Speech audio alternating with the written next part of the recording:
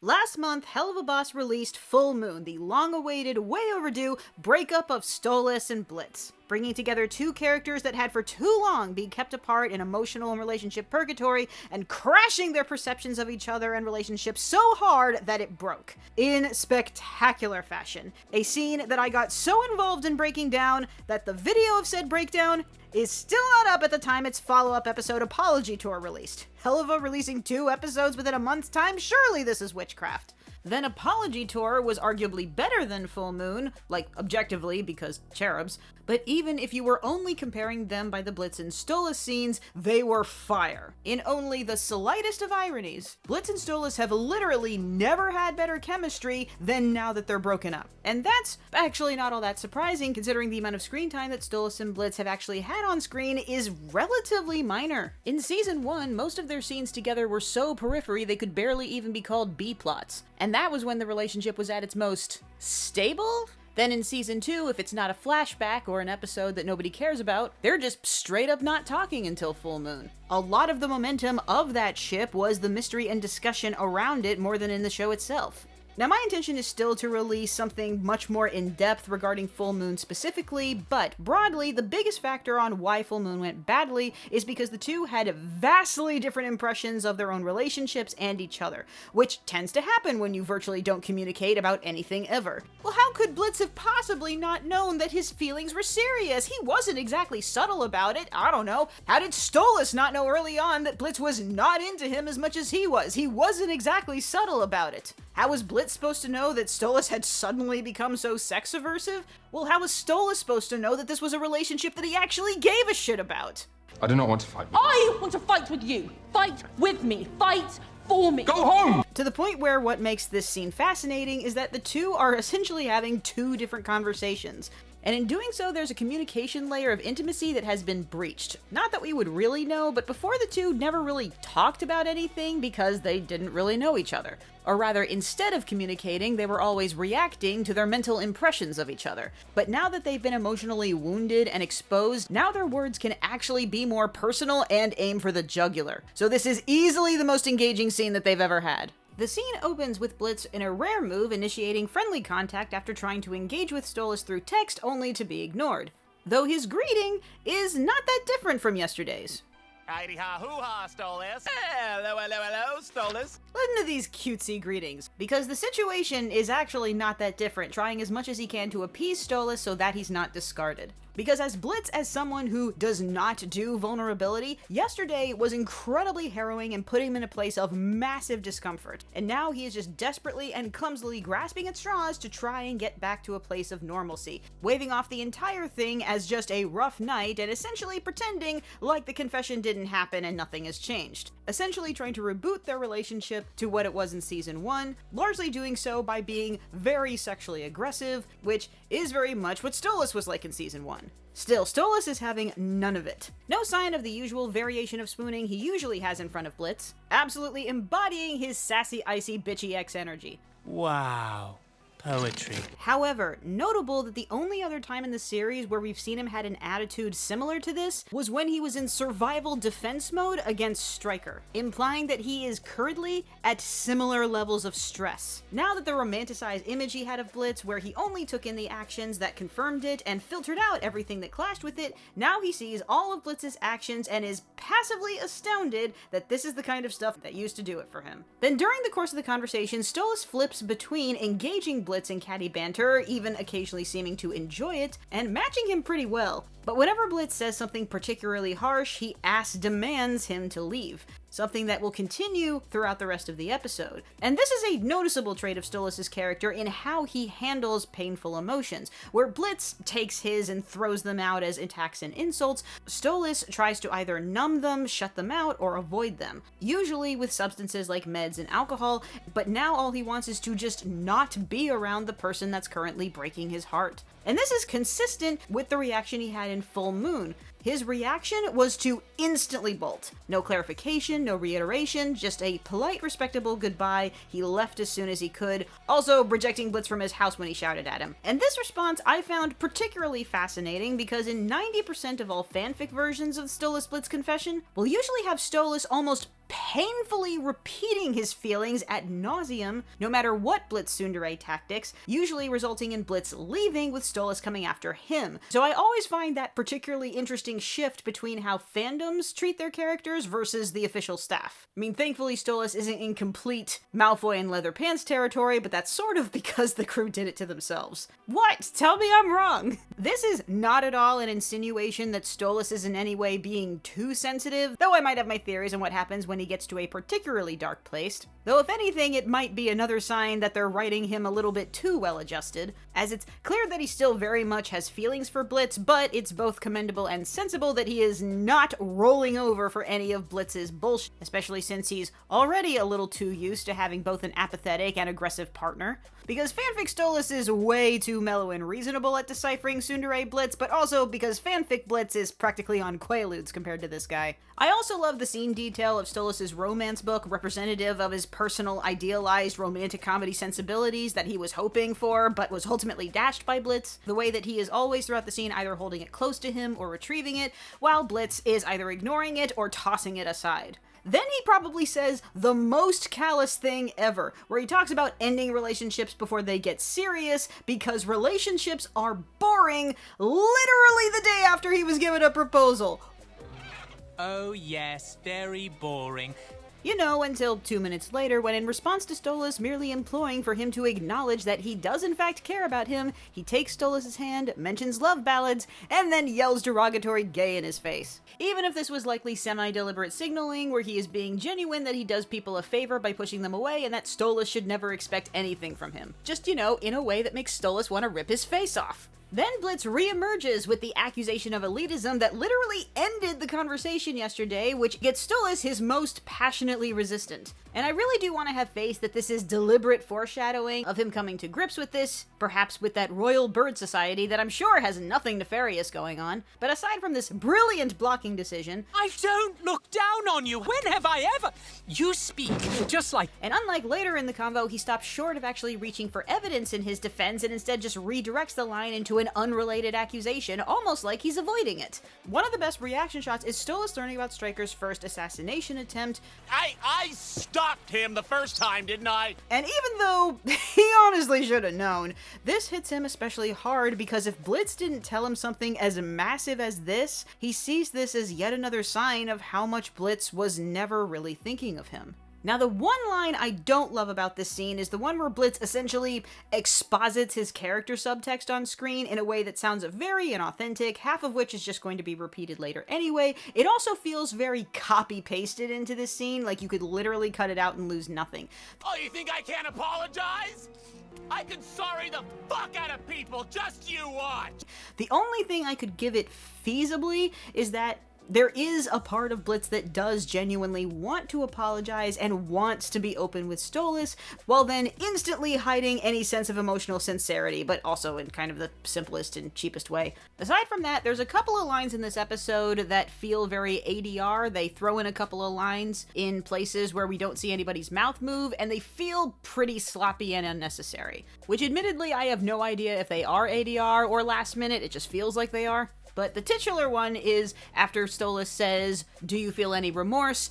Have you ever even apologized once in your life? Which does work both thematically and transitionally, but personally, I really like the idea that he just says, "Do you feel any remorse?" and then Blitz immediately goes, "Oh, you think I can't apologize?" Aside that this kind of fits with the ongoing theories regarding Blitz and literacy, there's just something fitting about Blitz taking a genuine feeling and replacing it with a potentially performative act that he would then immediately go choose to do with literally everybody that wasn't Stoliz, just to prove how much I don't like you or anything, baka. Only then to come back at the party and then go, "Hey, so I did this superficial thing with a bunch of people and it didn't mean anything and I only really wanted to do it with you." You know, for absolutely no reason whatsoever. You know what? Actually, it works either way. Fast forward to Stoliz getting called up to sing at the anti-Blitz party, where he could have followed the vibe and just trashed Blitz, which is sort of what I expected going into this episode. I don't know why I pictured some kind of musical extravaganza where we'd actually, see multiple exes having their own personal stories. So I think at first I was just a teeny bit let down by the song on just that level. However, this is a fantastic homage to 2000s era buzz ballads. But no, instead Stoliz does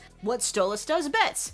fixating on his own emotions. And during the song, Stoliz actually does have some moments of self-reflection regarding his input in how the relationship got to this point. Again, likely a result of his love goggles having finally broken, where now he can finally see all of the times that Blitz was really not as into him as he thought he was. Veronica shuts down this reflection, but it's really out of caring and just wanting him to fixate on letting it out for now. We will get to the song's very hard-hitting sentiment of "I don't think you meant to hurt me," but still, the idea of "I didn't mean to hurt you, but that doesn't mean that what you did was okay," just find that a little interesting, considering that "didn't mean to hurt you" is like 90% of the defenses always used whenever anyone criticizes Stoliz. Now, fast forward to their second scene, which is another one where they just have absolutely fantastic back and forth, with Blitz for the first time genuinely reaching out and trying to be honest with him. Now again, he goes back to the fact that Stoliz is a prince, like he's been doing a lot, except that this time it is not a justification to attack him, it's not an emotional wall to keep himself from feeling close, it's him genuinely admitting his insecurity. Now, by now, it's pretty well established that Blitz was raised to believe that love had to be earned. His own father preferred his best friend because of his talent and he made more money, and in every single significant relationship he had to be a provider. Especially more often than not, he had to be the protector, which meant that he had to be the strong one when other people he cared about weren't able to. That he needed to shut down his sensitive emotions and do what needed to be done. And it only became a factor on why he can't fully trust anyone who says that they love him will actually stay. In order to keep people around, he has to do things for them. Stoliz is literally a prince who is wealthy and powerful. There is virtually nothing Blitz can do for him. At the moment, he was satisfied with sex, but now he's not interested in that. And protection is particularly notable. And not just because that the dominant various ways that he's kept people around him has been to use his body. That the reason he needed to be the protector, that he needed to be strong, was because no one was that for him. His father didn't protect him. He literally threw him into Royal's den despite the danger, despite him being scared. He needed to take care of his mom. He needed to take care of Fizz. The imp crew can technically take care of each other, but Blitz is the boss, and generally seen as the most competent. And I am just now realizing that them coming to fight the cherub so they don't ruin his night is like super sweet now.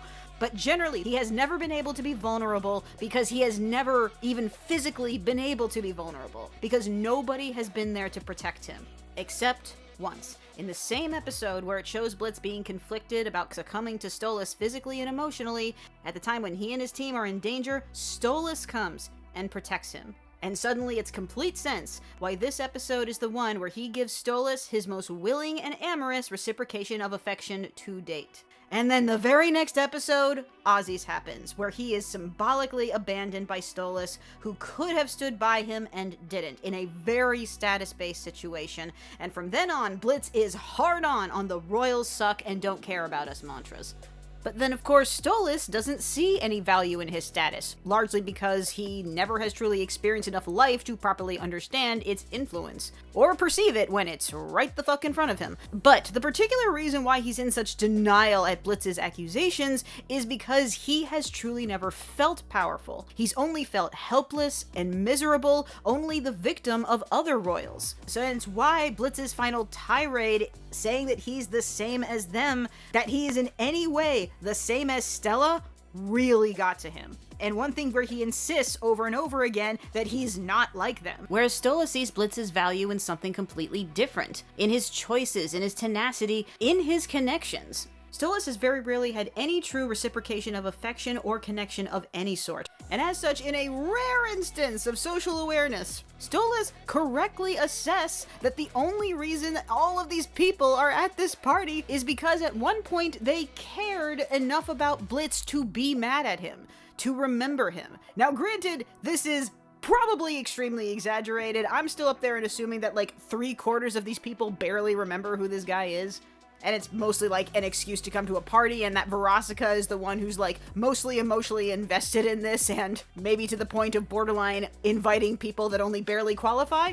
He is genuinely envious at how many connections Blitz has been able to make, even if they turned out badly. The two of them greatly envy and admire and desire in each other what they themselves were never raised to have. Though at the moment, that is still pretty superficial. The two of them still don't really know what the other one has gone through. And does Blitz actually know, like, literally anything about Stoliz that isn't being a prince? Still, even if it was only rarely utilized on screen, the audience always figured that they could have good dynamic because their histories and traumas were mutually compatible and incompatible. Obviously, they were raised in completely separate worlds, and because of that, there will always be these misunderstandings and tensions and complete polar opposites of values. But difference in values, but equal in passion, tends to be the magic formula of really great odd couples. But they also desperately want love, they have really bad senses of humor. They're also so desperate to keep others around that they jump to incredibly overdramatic acts rather than just talking. But one really big one is that they are both trying to be good dads. They are severely flawed in ways that will probably come back to bite them in the future. However, considering how they were raised, and especially for Blitz considering his own values, it says so much that they understand that what their children need is love and affection, that they wanted to give their daughters what they never had. But of course now there is the epic level of perfected, compatible incompatibility factor that has led not just to this, but the failure of all of Blitz's relationships. The only thing that Stoliz has ever really wanted was just to know that Blitz cared. But Blitz, in his lifetime, has spent a lot of energy and determination to tell everyone, especially himself, that he doesn't care about anyone or anything, especially not Stoliz. From his father compelling him to stifle his emotions to do what needed to be done to prove his love to his family, needing to be physically and mentally resilient to survive, being everyone's protector, the small fact that when he tried to confess to his first love, he accidentally burned down the circus and scarred him and killed his mom. You know, just maybe some factors on why being open and vulnerable is so hard for him. Hell, it is virtually impossible for Blitz to just admit that there's anything that he merely just likes or wants. In fact, one of the things that probably doomed Stoliz's entire strategy, admittedly, was completely the right way to go, especially after he found out what a questionably consensual relationship they had been in, that he always tried to emphasize Blitz's consent with the phrase, "if you want," or some variation of, including his proposal. That meant that he was asking Blitz to reciprocate also being emotionally vulnerable in admitting that there was something that he actually wanted. And Blitz was never going to do that. Basically what this means is that for Blitz, asking for consent is too intimate. And that's ultimately why he did adjust to their arrangement, regardless of how fucked up it was. It was ultimately a relationship that could be maintained as long as conditions were met, but at the same time, the existence of the deal itself, the mere fact that it was an arrangement with conditions, meant that he always has an excuse to keep the relationship from changing in any way. He was always able to hide any emotions under the excuse of the deal. Anytime somebody suggests that they're getting closer, no, it's just a deal. No, it's just a transaction. No, it's just sex. No, he's just a creepy royal with an imp fetish. And yet, obviously, he did care about Stoliz. And while sex may have been disposable with everyone else, and this may be a stretch, but to Stoliz, sex had, in a way, became his love language to him. It became the way he expressed the affection he did have within the parameters of what he allowed their relationship to be. When he actually wanted to see Stoliz again in his full moon, he was talking all about making it special. And that was before he became terrified that he was getting bored of him. And that's why Stoliz ripping the relationship away, because Blitz dared to associate a historically physically defined relationship with being physical, came so out of nowhere and felt so unreasonable and hurt him so badly. Which is not, of course, to say that Blitz did this consciously, so I guess I can't really say it was a love language, it was unconscious expression, but it achieved the same. It was expressing himself in a way where he didn't have to be vulnerable or honest with his partner. And frankly, Stoliz had a similar problem. While he was actually thinking of Blitz, he still did a lot of assuming what would work rather than actually talk to him. Well, I would want a big romantic gesture, surely he would feel the same as me. But this is also exactly why the concept of a love language has gotten criticism for this exact reason. When love languages become an excuse to just not communicate clearly, to not step out of your comfort zone. It's a great way for you to express yourself, but you also need to express yourself in a way that your partner can understand and also feel heard. You need to meet them halfway and occasionally say the actual words. Just make an effort to make sure that you both know what the frick you're talking about. Because even though, from the very beginning, the situation with Stoliz is different, when he heard Stoliz's confession, he didn't run. Instead, he ran after him. That is different from every other time it's happened with everyone else here, and that is significant, but it's also not enough. Talking about Helluva Boss, it is very easy to excuse behaviors on the basis of its trauma. Yes, Blitz has completely valid reasons for why he is the way that he is, for why he acts the way he does, why he's defensive. These are all things that are understandable when you know where he came from. His emotional walls, his aggression are all defenses and survival tactics from the hard world he grew up in.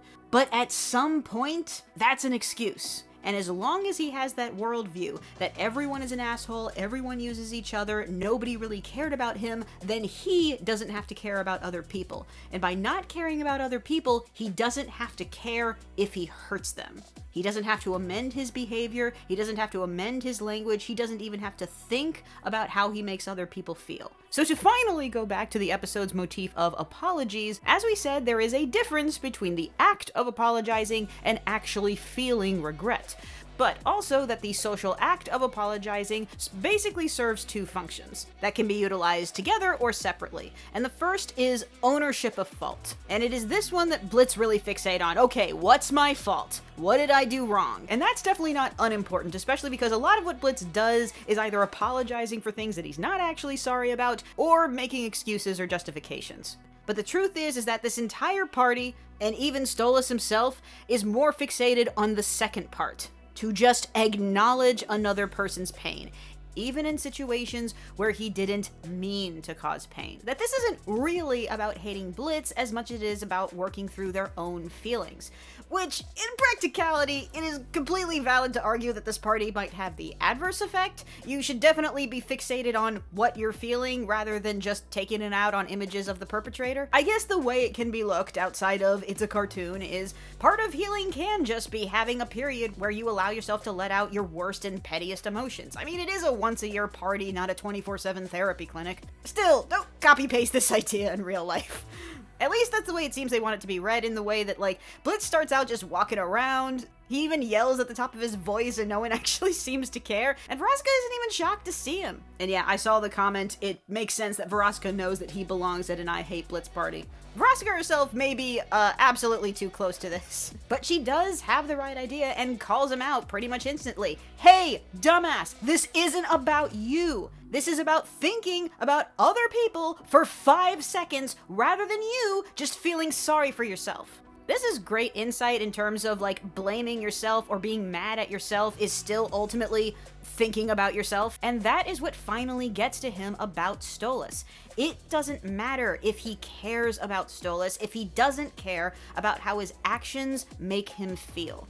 Stoliz very much wanted space. Stoliz very much wanted to not see him, and he kept getting up in Stoliz's space because he didn't want the relationship to end. He wanted to keep their shallow, one-dimensional relationship that he felt comfortable in, but Stoliz had made very clear that it was not the relationship he wanted. And whether or not you believe that this is the moment where he's in love with Stoliz, you know, I can be kind of a stickler in which I think that moment is. I don't know if we're even there yet. It's not just a matter of even acknowledging Stoliz's feelings. It's been listening to what Stoliz needs. And at this moment, he wants to be someone special for Stoliz. He wants to be the person that makes him feel better, but he knows that he literally just can't.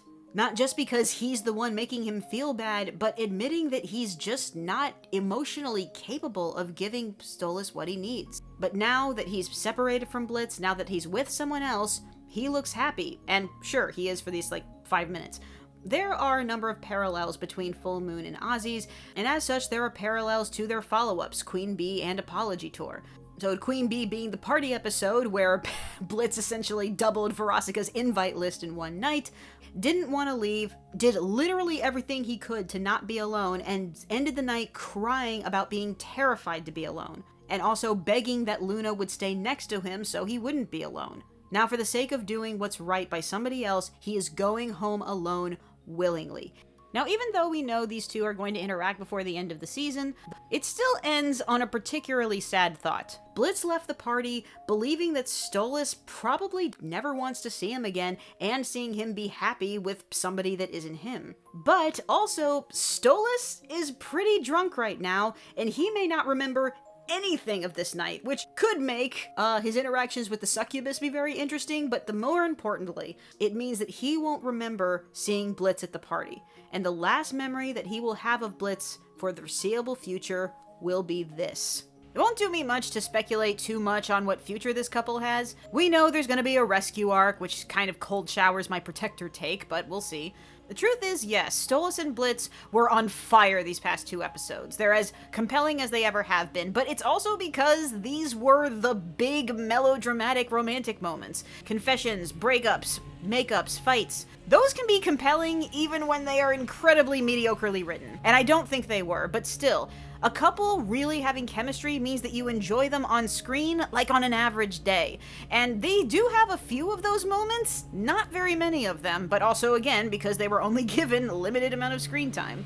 And it is a genuine question on when the romantic drama is done, will these two still have a compelling dynamic for the rest of the series? Also, how long will they string us along if when they become OTP, and will that be interesting? I gave my theory a while ago via circus foreshadowing that Stoliz will at some point be working for Imp, and sure, the ex-lovers working in close quarters, still into each other but have hurt each other and are too afraid to go there again, is a classic sitcom premise, but do we really want Blitz and Stoliz to turn into Ross and Rachel? For right now, the next step is just for Blitz to convey that he cares in some way, and it better not be, I get that you're different from other royals now, you better not, you are gonna do that, you assholes, well that better not be all you do. Either way, long-term, the crucial ingredient, Stoliz needs to get a life outside of fixating on Blitz. That has been too much his one note for this entire season, and frankly, as adorable as he is, it has made him boring. Which is why I'm really looking forward to whatever this bird society is and what Stoliz has to do with it. Socializing with other characters. And thank you for giving Stoliz an actual good outfit. That romper was driving me crazy in this shot. Still, I was really impressed with the full moon breakup, and I was practically ravenous for Apology Tour, but because of that, my initial first watch, I may have felt just a little bit disappointed, but that was only because I had built up some specific ideas in my head about what I wanted to see, but once I adjusted between my expectations and what the episode actually was, it really was probably the best episode of Helluva Boss, at least in terms of a full, complete episode, rather than just like the tail end of what... I mean, I've already spent so long breaking down Full Moon, even if I only release a part of it, I really should. So, Animaniacs, what did you think of Apology Tour, and would you be interested in my Stoliz supervillain theory that is absolutely not going to happen? Man, I miss Demon Prince Stoliz. You know me, that I won't tell you what's really going on. I gotta deal with this alone. So let the waves crash down and keep it all inside. Don't try to work me out. I've done it all my